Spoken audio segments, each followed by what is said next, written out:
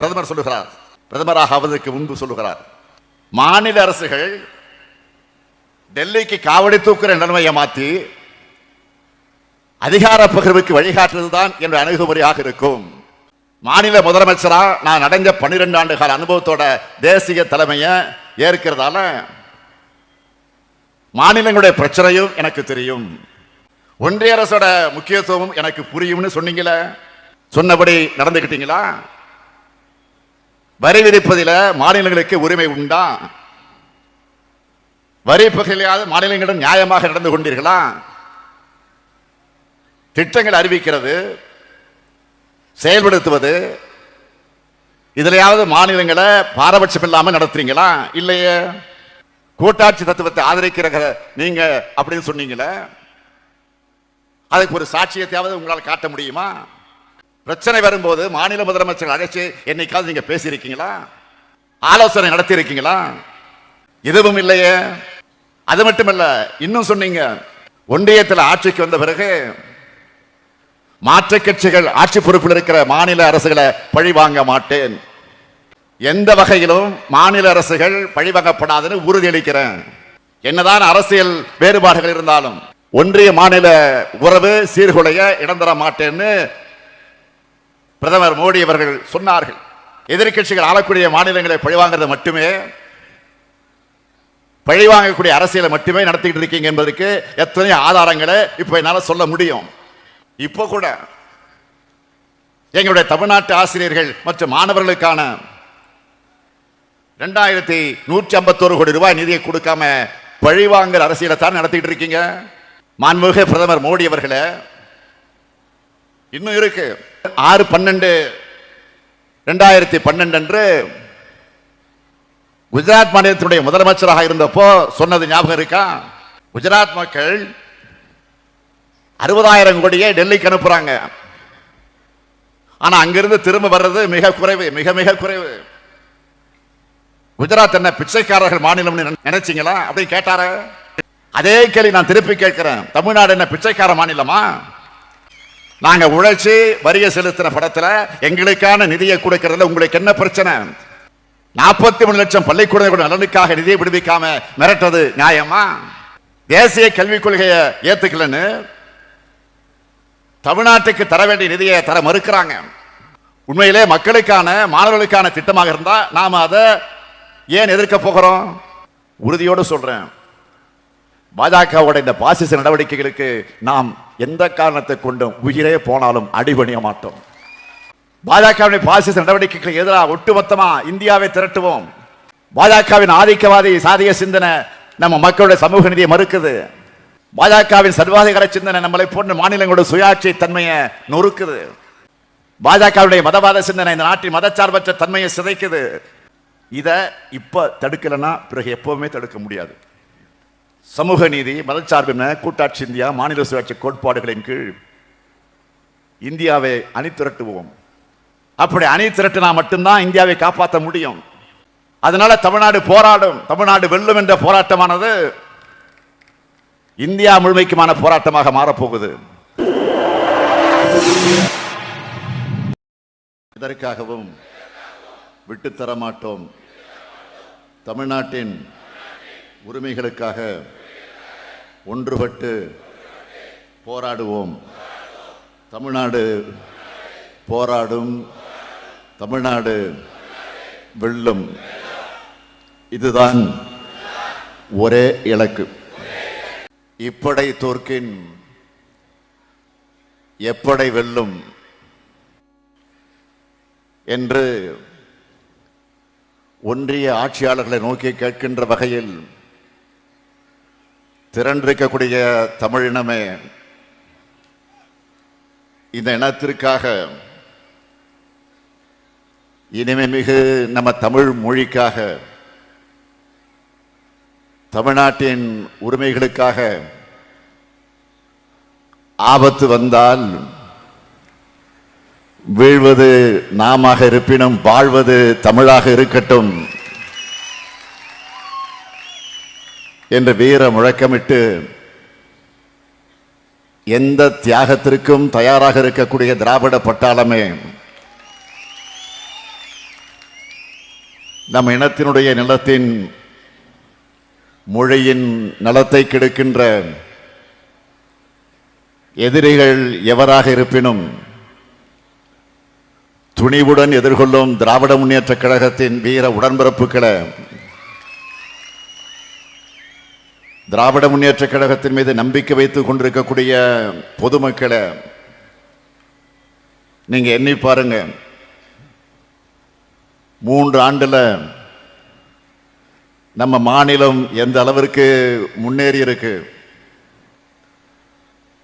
அதுக்கு முன்னாடி எப்படி இருந்துச்சுன்னு கொஞ்சம் சிந்திச்சு பாருங்க. முந்தைய ஆட்சியாளர்களால் 10 ஆண்டு காலம் பாதிக்கப்பட்ட தமிழ்நாட்டினுடைய வளர்ச்சி வளைந்த முதுகோடு தமிழ்நாட்டின் உரிமைகளை டெல்லியின் காலடிகளை அடகு வச்ச ஊர்ந்த அவலம். இதையெல்லாம் கண்டு பொறுக்காத மானமுள்ள தமிழினம் திராவிட முன்னேற்ற கழகத்தின் ஆட்சியை அமைச்சாதான்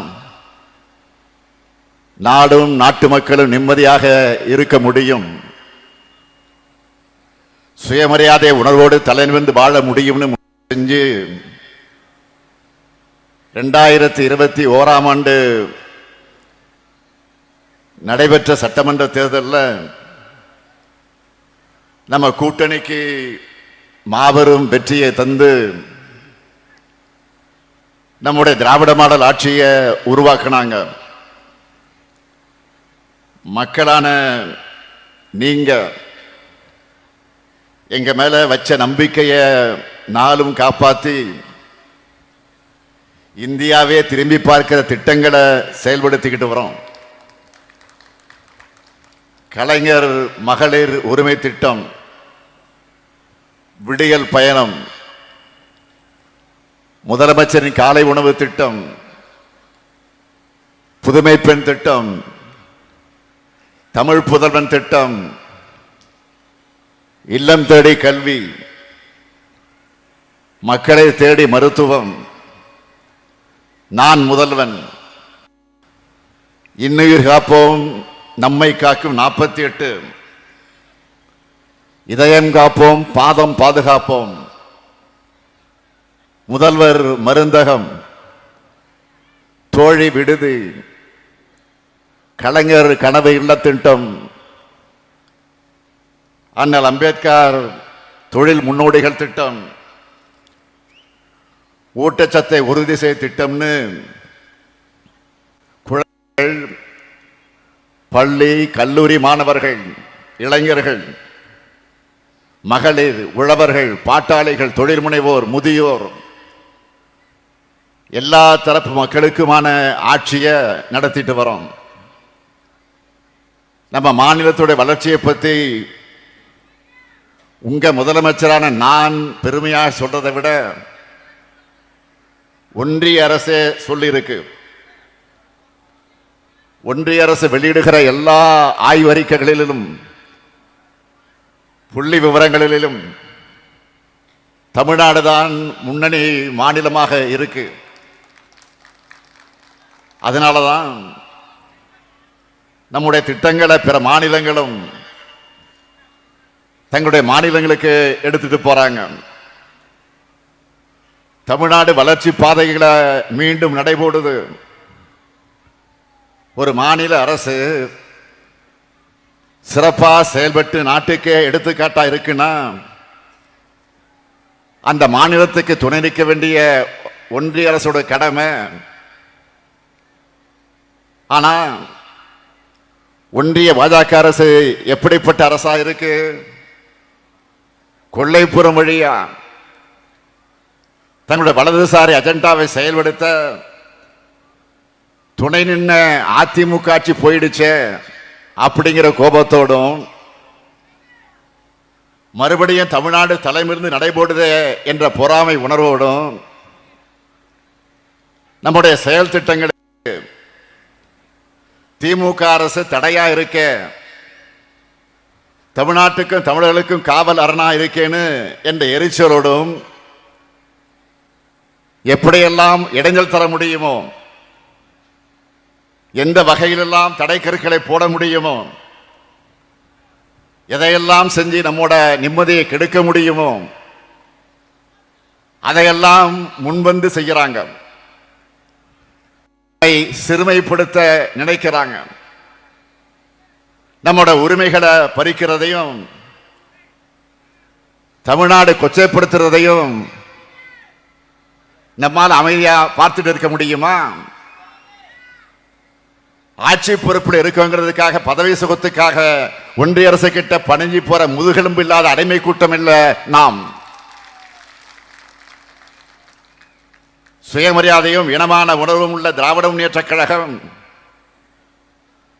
ஒன்றிய அரசோட எதாச்சகத்துக்கு எதிராக போராடுகிற திமுகவோட போராட்ட குணத்தை பார்க்க வேண்டிய நிலையை உருவாக்கி இருக்கிறாங்க. இன்னைக்கு தமிழ்நாடு முழுக்க ஒன்றிய பாஜக அரசை கண்டிச்சு தமிழ்நாடு போராடும், தமிழ்நாடு வெல்லுங்கிற கண்டன பொதுக்கூட்டங்களை நாம நடத்திக்கிட்டு இருக்கிறோம்.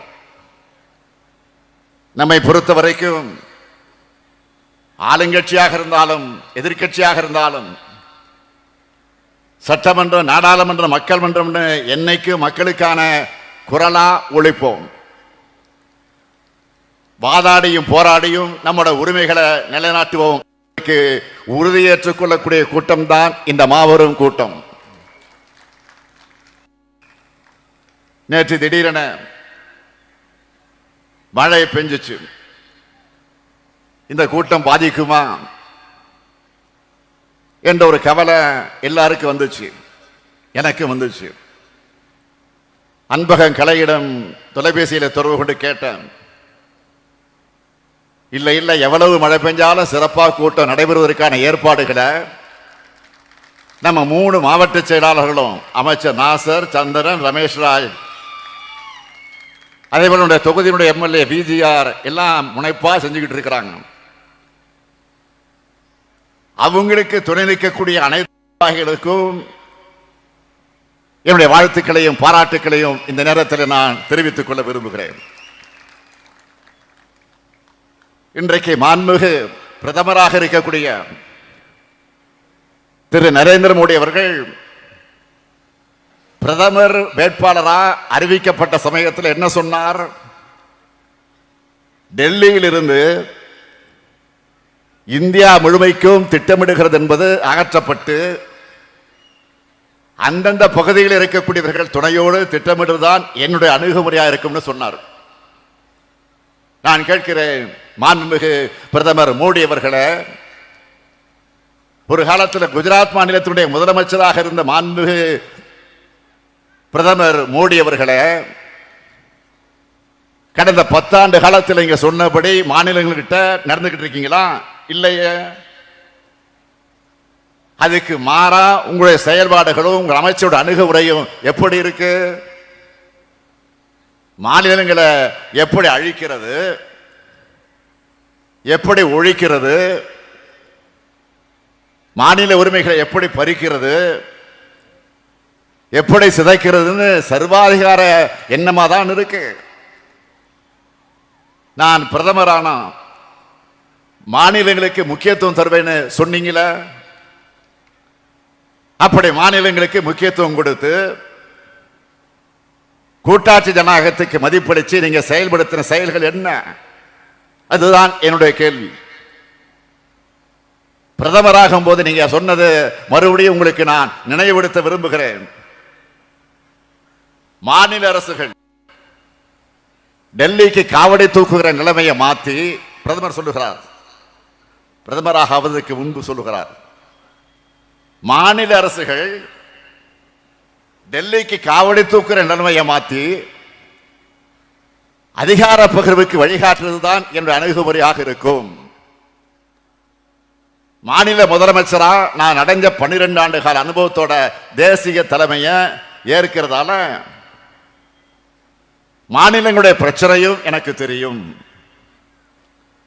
ஒன்றிய அரசோட முக்கியத்துவம் எனக்கு புரியும்னு சொன்னீங்களே, சொன்னபடி நடந்துக்கிட்டீங்களா? வரி விதிப்பதில் மாநிலங்களுக்கு உரிமை உண்டா? வரி பகிர்லையாவது மாநிலங்களிடம் நியாயமாக நடந்து கொண்டீர்களா?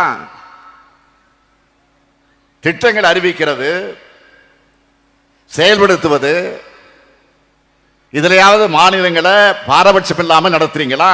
இல்லையே. கூட்டாட்சி தத்துவத்தை ஆதரிக்கிற நீங்க அப்படின்னு சொன்னீங்களே, அதுக்கு ஒரு சாட்சியத்தையாவது உங்களால் காட்ட முடியுமா? பிரச்சனை வரும்போது மாநில முதலமைச்சர்கள் அழைச்சு என்னைக்காவது நீங்க பேசியிருக்கீங்களா? ஆலோசனை நடத்தி இருக்கீங்களா? எதுவும் இல்லையே. அது மட்டுமல்ல, இன்னும் சொன்னீங்க, ஒன்றியத்தில் ஆட்சிக்கு வந்த பிறகு மாற்று கட்சிகள் ஆட்சி பொறுப்பில் இருக்கிற மாநில அரசுகளை பழி வாங்க மாட்டேன், எந்த வகையிலும் மாநில அரசுகள் பழிவாங்கப்படாதுன்னு உறுதியளிக்கிறேன். என்னதான் அரசியல் வேறுபாடுகள் இருந்தாலும் ஒன்றிய மாநில உறவு சீர்குலைய இடம் தர மாட்டேன்னு பிரதமர் மோடி அவர்கள் சொன்னார்கள். எதிர்கட்சிகள் ஆளக்கூடிய மாநிலங்களை பழிவாங்கிறது மட்டுமே, பழிவாங்கக்கூடிய அரசியலை மட்டுமே நடத்திக்கிட்டு இருக்கீங்க என்பதற்கு எத்தனை ஆதாரங்களை இப்ப என்னால சொல்ல முடியும். இப்போ கூட எங்களுடைய தமிழ்நாட்டு ஆசிரியர்கள் மற்றும் மாணவர்களுக்கான 2151 கோடி ரூபாய் நிதியை கொடுக்காம பழிவாங்கல் அரசியலை தான் நடத்திட்டு இருக்கீங்க. மாண்புமிகு பிரதமர் மோடி அவர்களே, இன்னும் இருக்கு. கடந்த 6/12/2012 அன்று குஜராத் மாநிலத்தினுடைய முதலமைச்சராக இருந்தப்போ சொன்னது ஞாபகம் இருக்கா? குஜராத் மக்கள் 60,000 கோடியை டெல்லிக்கு அனுப்புறாங்க. ஆனா அங்கிருந்து திரும்ப வர்றது மிக குறைவு, மிக மிக குறைவு. குஜராத் என்ன பிச்சைக்காரர்கள் மாநிலம்னு கேட்டீங்களா? நினைச்சீங்களா? அப்படி கேட்டார. அதே கேள்வி நான் திருப்பி கேட்கிறேன், தமிழ்நாடு என்ன பிச்சைக்கார மாநிலமா? நாங்க உழைச்சி வரியை செலுத்தின படத்துல எங்களுக்கான நிதியை கொடுக்கிறதுல உங்களுக்கு என்ன பிரச்சனை? 43 லட்சம் பள்ளிக்கூடங்களோட நலனுக்காக நிதியை விடுவிக்காம மிரட்டுறது நியாயமா? தேசிய கல்விக் கொள்கையை ஏத்துக்கலன்னு தமிழ்நாட்டுக்கு தர வேண்டிய நிதியை தர மறுக்கிறாங்க. உண்மையிலே மக்களுக்கான மாணவர்களுக்கான திட்டமாக இருந்தா நாம அதை ஏன் எதிர்க்க போகிறோம்?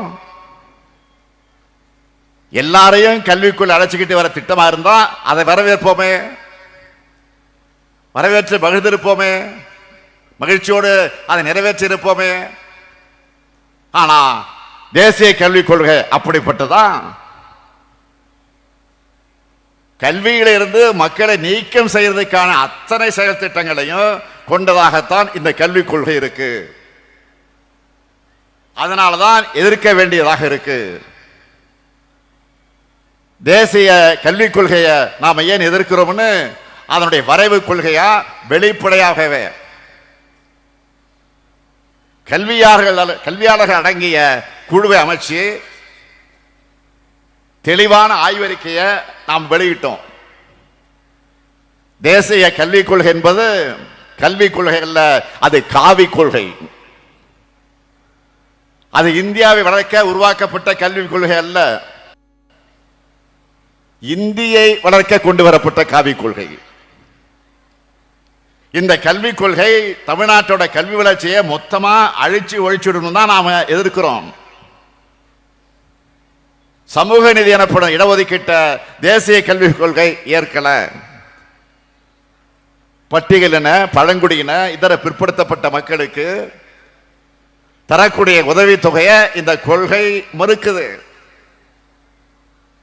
3, 5 ஆகிய வகுப்புகளை பொது தேர்வு வச்சு வடிகட்ட பார்க்கிறாங்க. 9ஆம் வகுப்பு முதல் 12ஆம் வகுப்பு வரை செமஸ்டர் தேர்வு முறையை கொண்டு வர போறாங்க. அதாவது ஆல் இண்டியா எக்ஸாம் நடத்துற மாதிரி. உங்க மகனோ மகளோ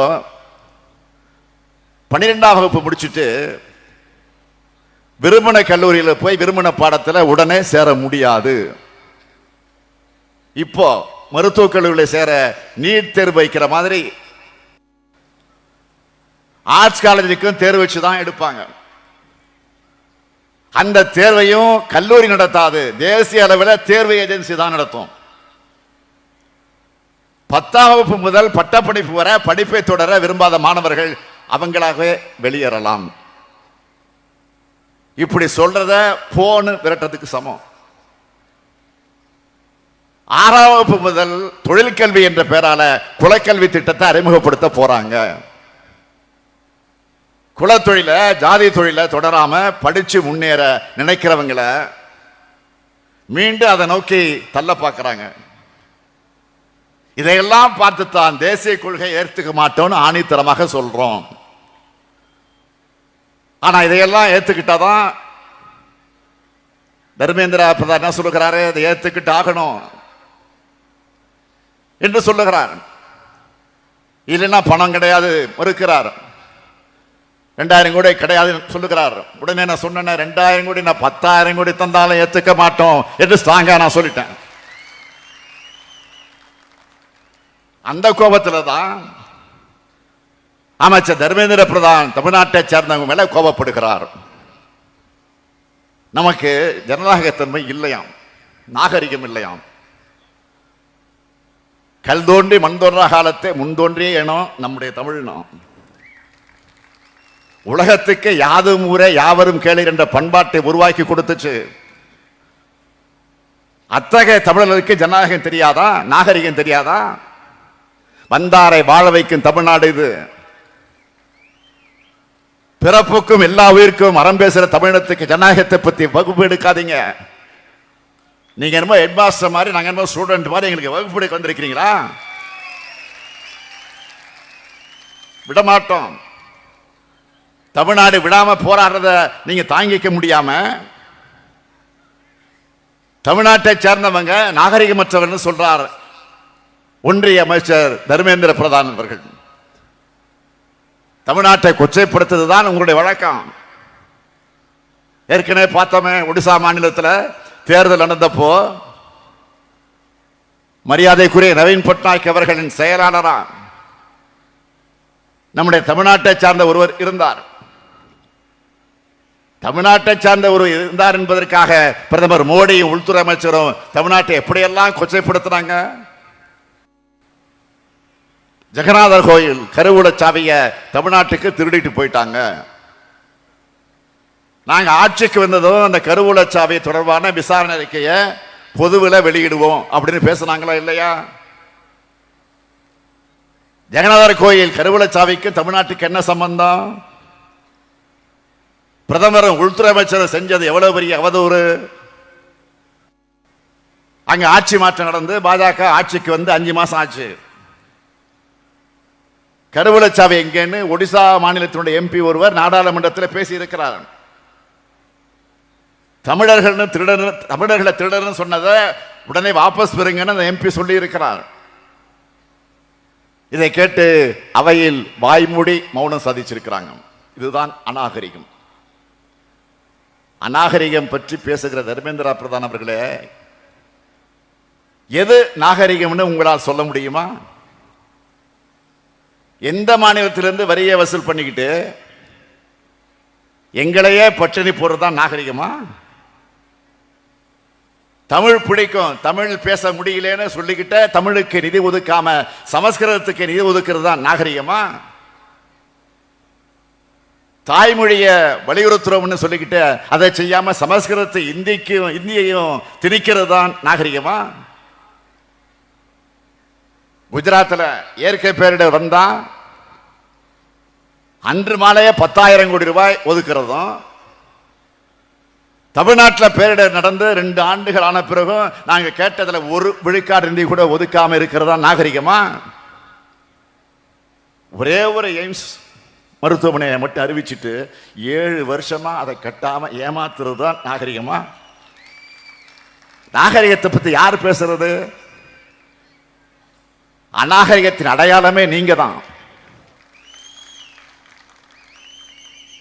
அநாகரிகத்தை அராஜகமாக பயன்படுத்துறது நீங்க தான். இந்தி ஏத்துக்கலன்னா நிதி தரமாட்டேன்னு சொல்றதை விட அராஜகம் இருக்க முடியுமா?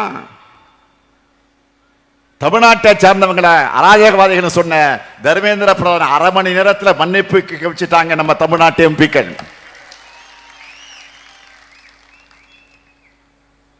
இந்த போர்க்குணத்தை அவங்களா தாங்கிக் கொள்ள முடியல. அதனால்தான் தமிழ்நாட்டிலிருந்து வர உறுப்பினர் எண்ணிக்கையை குறைக்க சதி செய்யறாங்க. தொகுதி மறுசீரமைப்பு எனும் கத்தி தென்னிந்தியாவுடைய தலைக்கு மேல தொங்கிக்கிட்டு இருக்கு. இதனால தமிழ்நாடு கடுமையா பாதிக்கப்படுது. தமிழ்நாட்டில் இப்போ 39 மக்களவை தொகுதிகள் இருக்கு. பாண்டிச்சேரி ஒன்று, அது 40, அது வேற. தமிழ்நாட்டில் 39. இதை குறைக்கிற அபாயம் நெருங்கிக்கிட்டு இருக்கு. பொதுவா மக்கள் தொகை வச்சுதான் தொகுதி மறுசீரமைப்பு செய்யப்படுது. மக்கள் தொகை குறைவா இருக்கிறதுனால நாடாளுமன்ற தொகுதி எண்ணிக்கையும் குறையும். தமிழ்நாடு மொத்தமா 8 மக்களவை இடங்களை இழக்கும்னு தெரியுது. அதாவது இனி தமிழ்நாட்டுக்கு 39 இல்ல 31 எம்பிக்கள் தான். நமக்கான பிரதிநிதித்துவம் குறைஞ்சு அதிக மக்கள் தொகை கொண்ட மாநிலங்களுக்கு அதிக பிரதிநிதித்துவம் கிடைக்கும். வட மாநில பகுதியில் தமிழ்நாட்டினுடைய குரல் நசுக்கப்படும். இது ஏதோ வெறும் உறுப்பினர் இணைக்க பற்றிய கவலை மட்டும் இல்லை. நமக்கு நம்ம மாநிலத்துடைய உரிமையை சார்ந்தது. இதை வச்சு அனைத்து கட்சி கூட்டத்தை நாம் கூட்டினோம். பாஜக நீங்களாக, ஓரிரு உதிரி கட்சிகள் நீங்களாக, மற்ற கட்சிகள் எல்லாம் வருகை தந்து நம்முடைய கருத்துக்களுக்கு வலு சேர்த்தாங்க. இது தமிழ்நாட்டுடைய பிரச்சனை மட்டுமல்ல, தென் மாநிலங்களின் பிரச்சனை என்ற காரணத்தால் இன்னும் சில மாநிலங்களும் இதனால் பாதிக்கப்படும். ஆகவே எல்லோரையும் ஒன்று சேர்க்கிற முயற்சிகளை இறங்கி இருக்கிறோம். தென் மாநிலங்களை எதிர்பார்த்த வெற்றியை பெற முடியாத பாஜக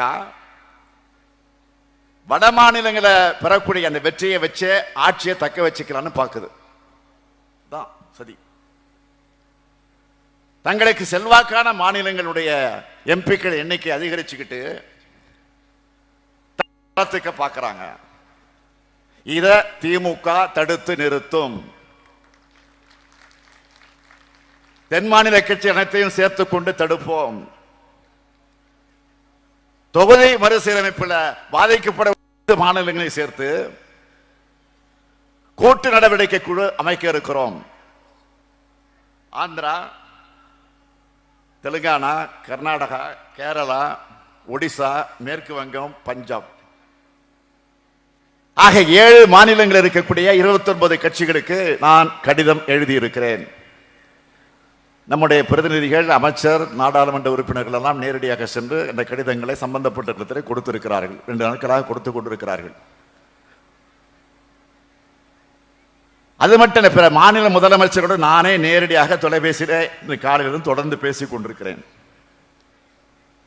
ஒவ்வொரு மாநிலத்திற்கும் ஒரு அமைச்சர், ஒரு எம்பி அடங்கிய குழு சென்று இந்த கருத்தை எடுத்து சொல்றாங்க. விலைக்கு நேரடியாக போய் சொல்லிட்டு இருக்காங்க.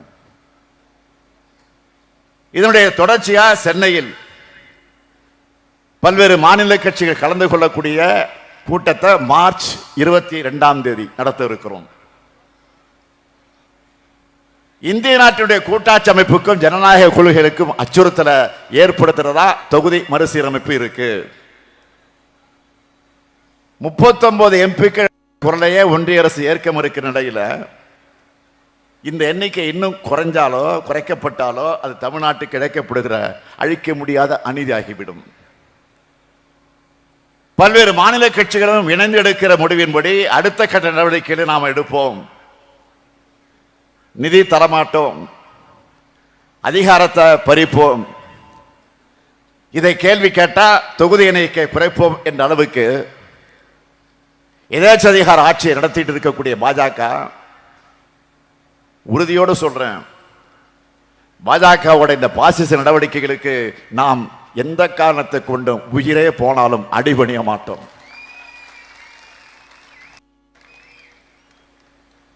பாஜகவுடைய பாசிச நடவடிக்கைகளை எதிராக ஒட்டுமொத்தமா இந்தியாவை திரட்டுவோம். பாஜகவின் ஆதிக்கவாதி சாதிய சிந்தனை நம்ம மக்களுடைய சமூக நீதியை மறுக்குது.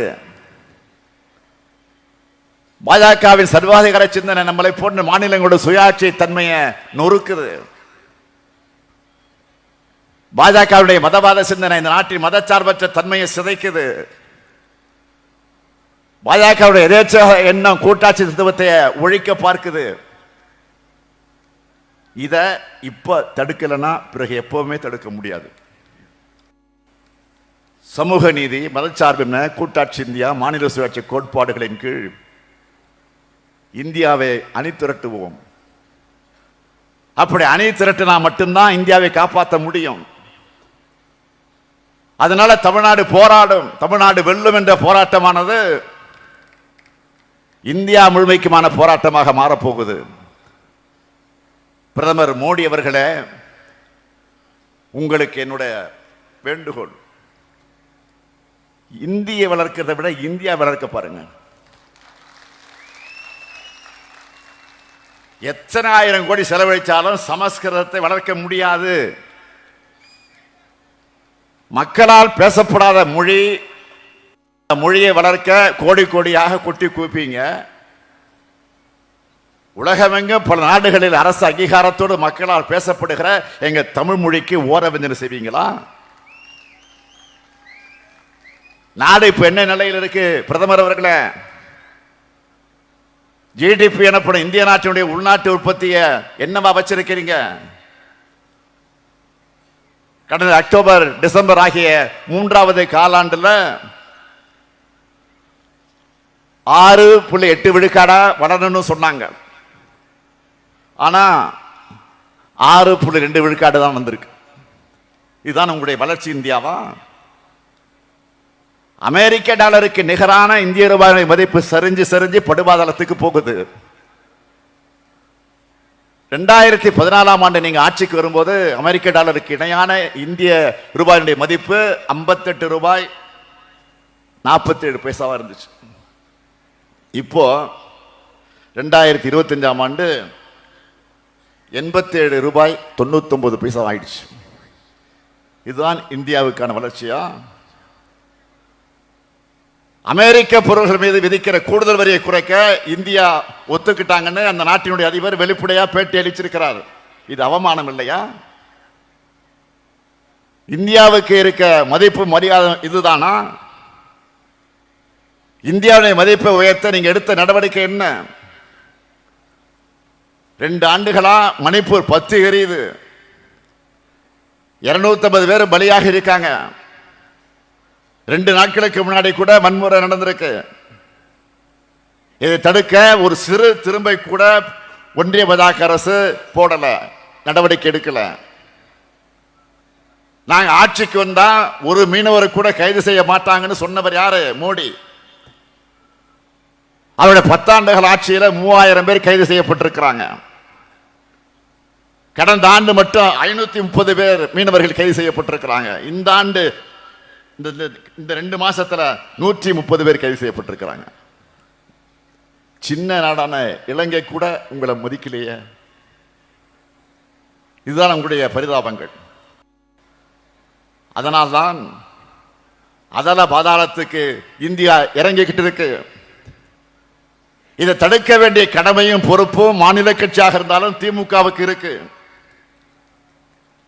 இந்தியாவில் மக்களாட்சியை காக்கக்கூடிய முன்னணி படையா திராவிட முன்னேற்ற கழகம் திகழ்னு பேர் அண்ணா அவர்கள் சொன்னார. அத்தகைய முன்னணி நாம செயல்படுவோம். அதற்கு உதாரணம், நாடாளுமன்றம் தொடங்கினதிலிருந்து மீடியாவில் பார்த்தீங்கன்னா இப்ப வரைக்கும் தமிழ்நாட்டை பத்தி தான் எல்லா ஒன்றிய அமைச்சர்களும் பேசுறாங்க. நான் அவங்களுக்கெல்லாம் சொல்லிக்கொள்ள விரும்புவது, நீங்கள் நாள்தோறும் வசைபாடினாலும் தமிழ்நாடு தொடர்ந்து போராடும், தமிழ்நாடு இறுதி வரை போராடும், தமிழ்நாடு இறுதிகளை வெல்லும் வெல்லும் வெல்லும் வெல்லும். விடைபெறுகிறேன். நன்றி, வணக்கம்.